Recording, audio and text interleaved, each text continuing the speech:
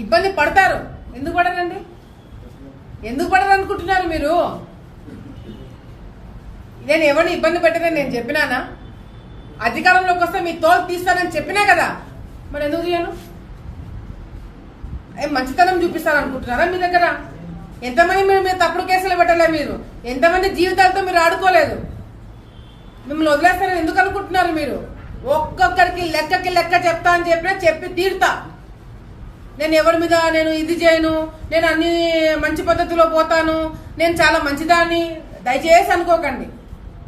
మీరు తప్పు చేసింటే భయపడండి, తప్పు చేయకపోతే ప్రశాంతంగా ఉండండి. డెఫినెట్గా నాకు రెడ్ బుక్ ఉంది. రెడ్ బుక్ అంటున్నావు, పెట్టుకున్నా రెడ్ బుక్ నేను కూడా. దాంట్లో మీ పేర్లన్నీ ఉన్నాయి. నా వల్ల నేను ఓపెన్ గా ప్రెస్ ముందర చెప్తున్నా, నా వల్ల 100 మంది లిస్ట్ రాసి పెట్టుకున్నా. ఇక 2-3 పాపమని తీసేస్తున్నాను కానీ 100 మంది నా వల్ల ఇబ్బంది పడబోతున్నారు. ఓపెన్ గా చెప్తున్నాను. 100 మంది లిస్ట్ నా దగ్గర ఉంది. ఆ 100 మందిని ఇబ్బంది పెట్టబోతున్నాను. అంటే ఇబ్బంది పెట్టబోతున్నాను అంటే కట్ట తీసుకొని కొడతానో చంపుతానో అట్లా ఇబ్బంది కాదు, అట్లా భయపడకండి. లీగల్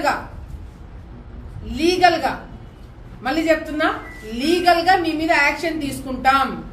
మీరు చేసిన అరాచకాలు బయట పెట్టి ఆధారాలు నిరూపించి మరి మీ మీద కేసులు పెట్టిస్తాను.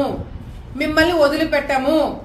ఎందుకంటే ఆలగడ్డ రాజకీయాలను నాశనం లేపింది మీరు కాబట్టి మీకు శిక్ష పడబోతుంది. మీరు జాగ్రత్తగా ఉండండి అని నేనే చెప్తున్నా.